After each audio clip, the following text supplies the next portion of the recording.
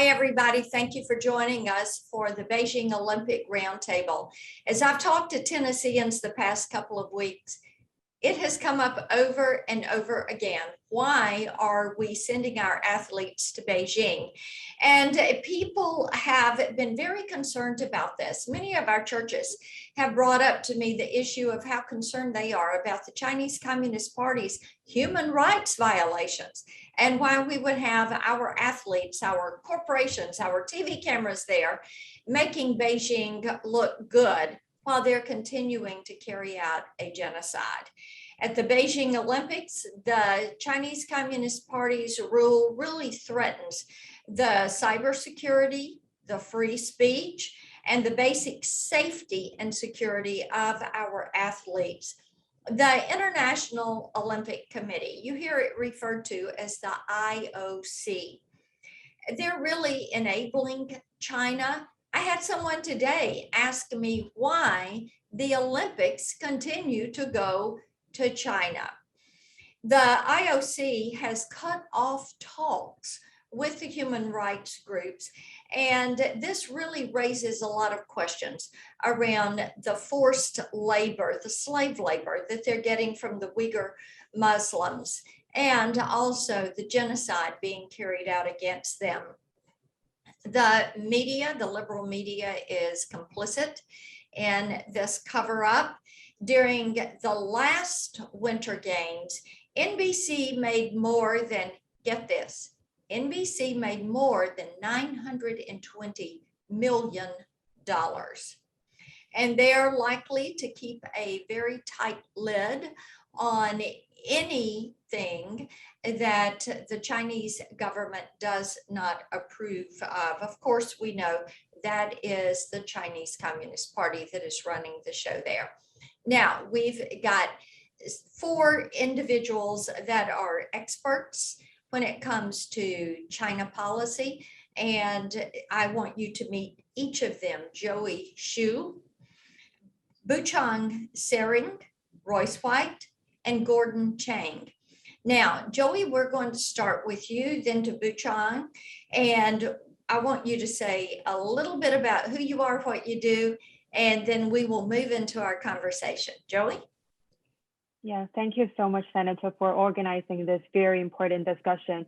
And my name is Joey Xu. I'm a Hong Kongese American human rights activist and currently working as the policy advisor to Hong Kong Watch.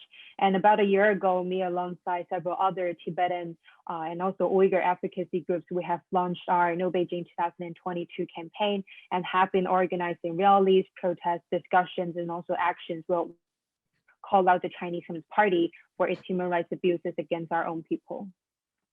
Thank you. Bhuchung?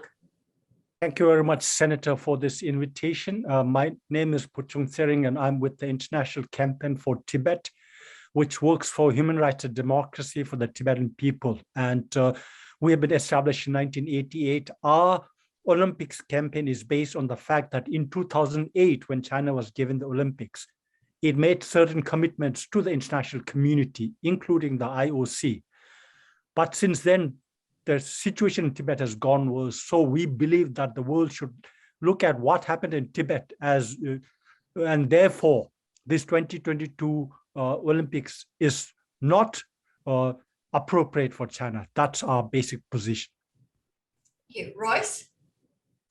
Thank you for having me back, Senator. My name is Royce White. I am a professional athlete and author and often political voice on issues such as the treatment of the Uyghurs and professional sports as a whole. So, thank you. And Gordon?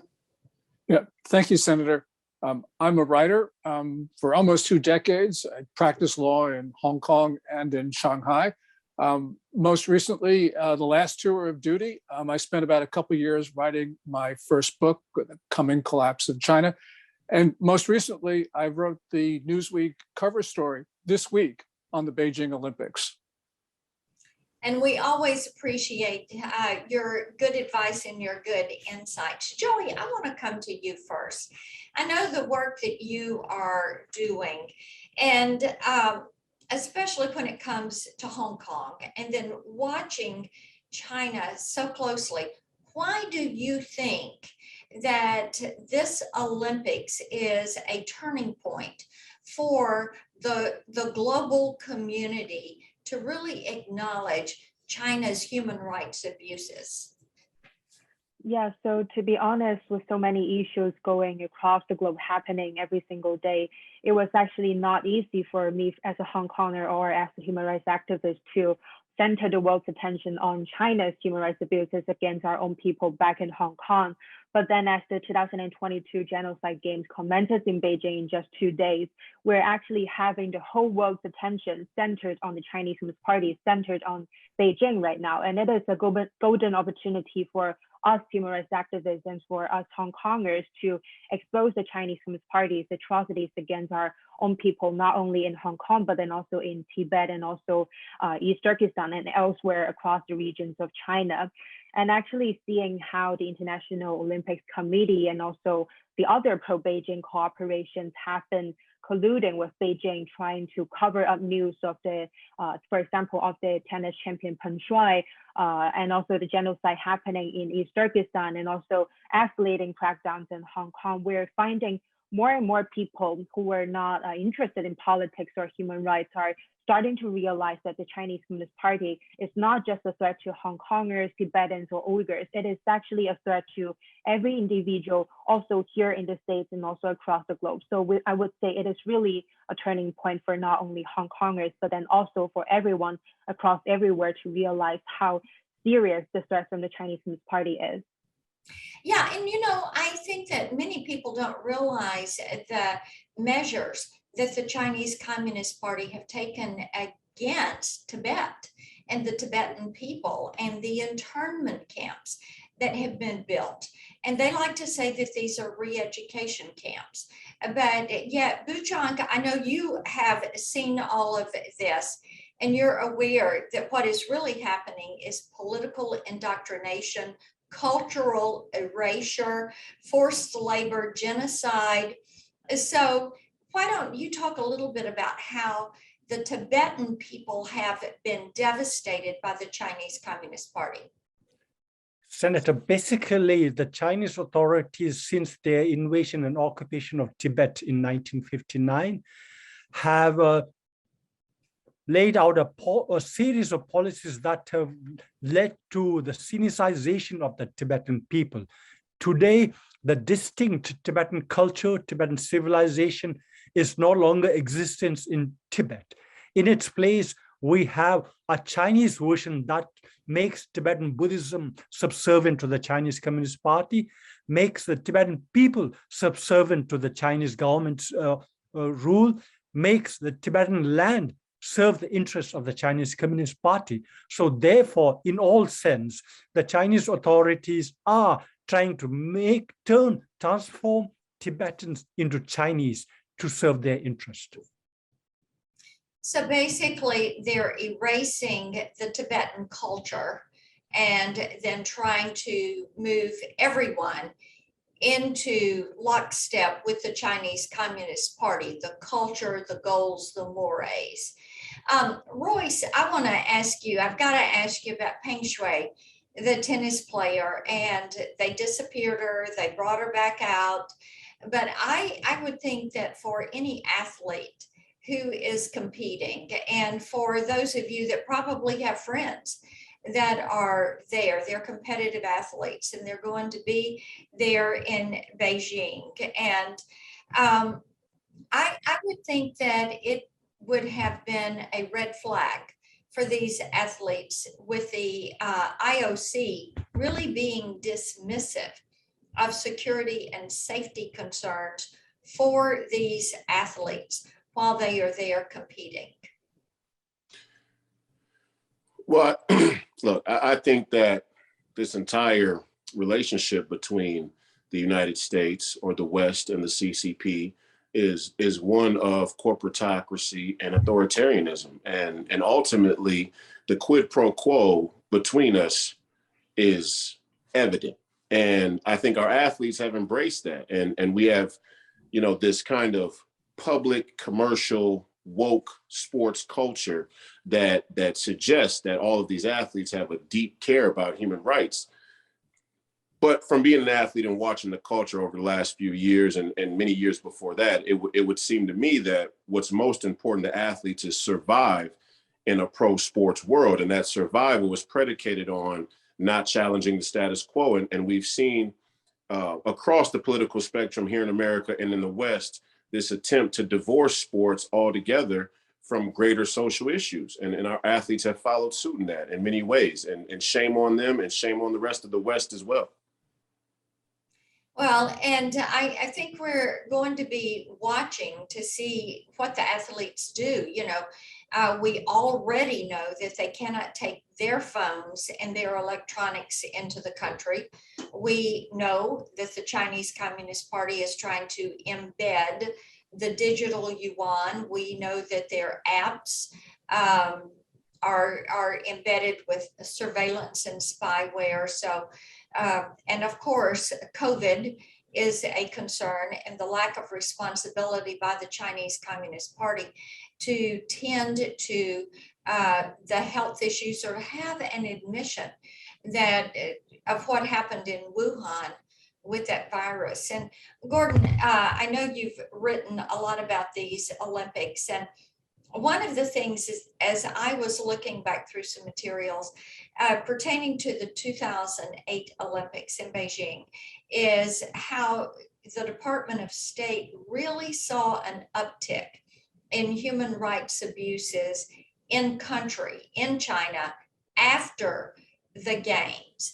And I would like it if you would touch on those crimes and that environment that is created. We know they're doing extreme censorship. We know they've locked up some people that they think are human rights activists or maybe protesters to the Chinese Communist Party. And I also am fully aware you've got good insight into that. Well, as you point out, Senator, Beijing, in order to get the rights to host the 2008 Summer Games, actually made all these promises on human rights, on freedom of the press, an array of other issues. And even before the games, but especially afterwards, Beijing dishonored those promises. And we saw increased repression in places like Tibet.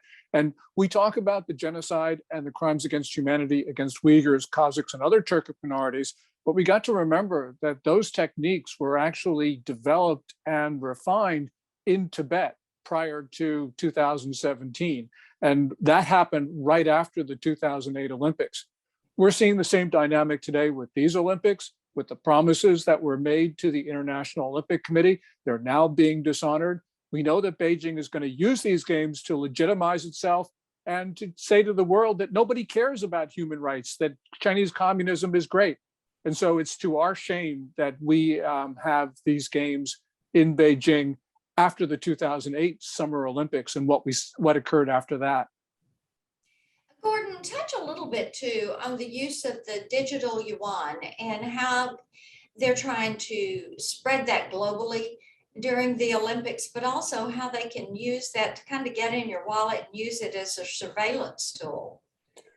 Yes, Beijing is definitely using the digital renminbi for that purpose. And it's also the app that athletes must carry, which is supposed to be health monitoring.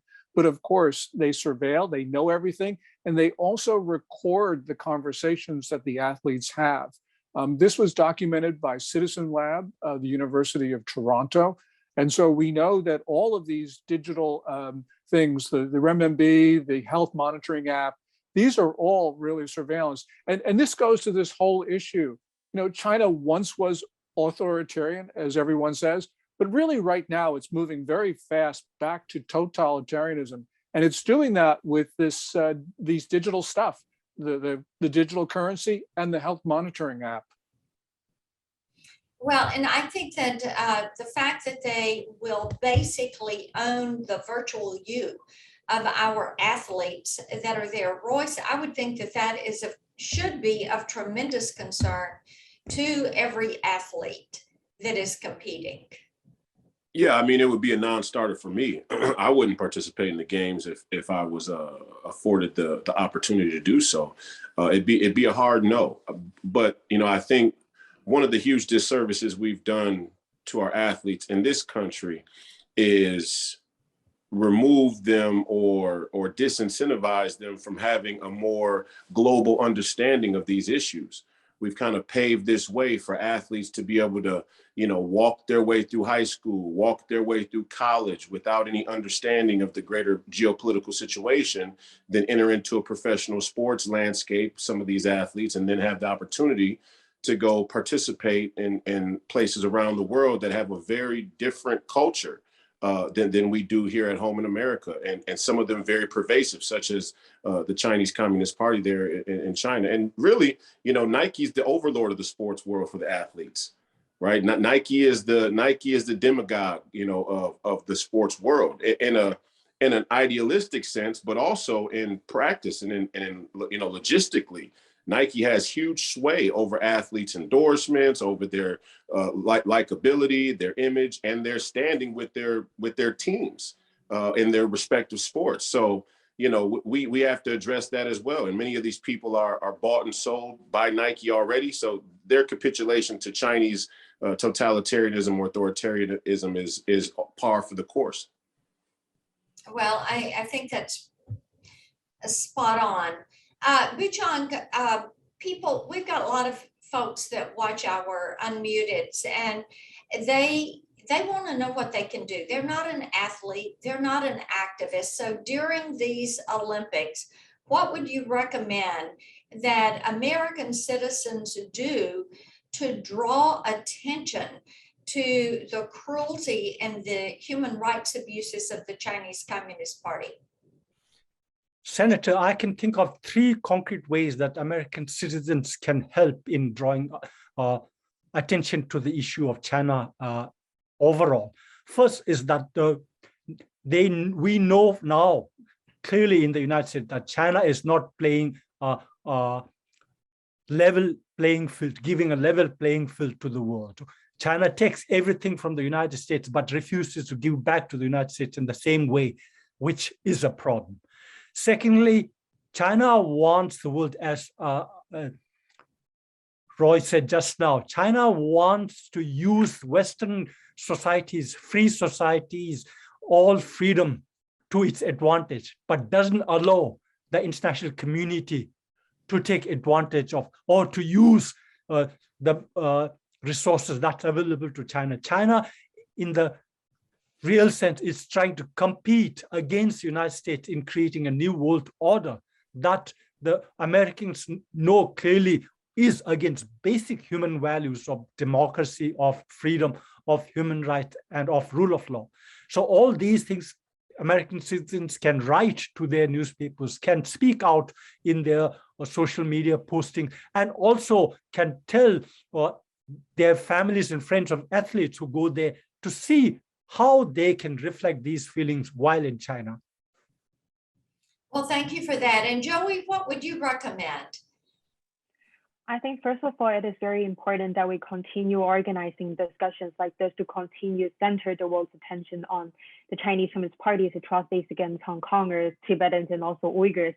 And I think one thing as that individuals should understand is that we cannot be watching the Winter Olympics because any forms of participation or involvement is actually equivalent to endorsing the Chinese Communist Party's atrocities against every groups against every individual across the globe. And I think it is also very, very important that governments and also policymakers realize that any kinds of appeasement policy is simply allowing the Chinese Communist Party to continue to abuse our people back in Hong Kong, Tibet, and also East Turkestan. We can no longer allow such things to happen again. We can no longer allow another Olympics to be rewarded to Beijing. We can no longer kowtow to Beijing and allow it to come to our own backyards and abuse our own people. I think that is very important. Well, thank you for that. And Joey, how will people find you online? I'm sure they're going to want to follow what's going on during the Olympics. Where do they find you? You can find me on Twitter, Instagram, or Facebook. And then we are also running this website called nobeijing2022.org. And you will find all the information about our protests, rallies, and also actions across the globe.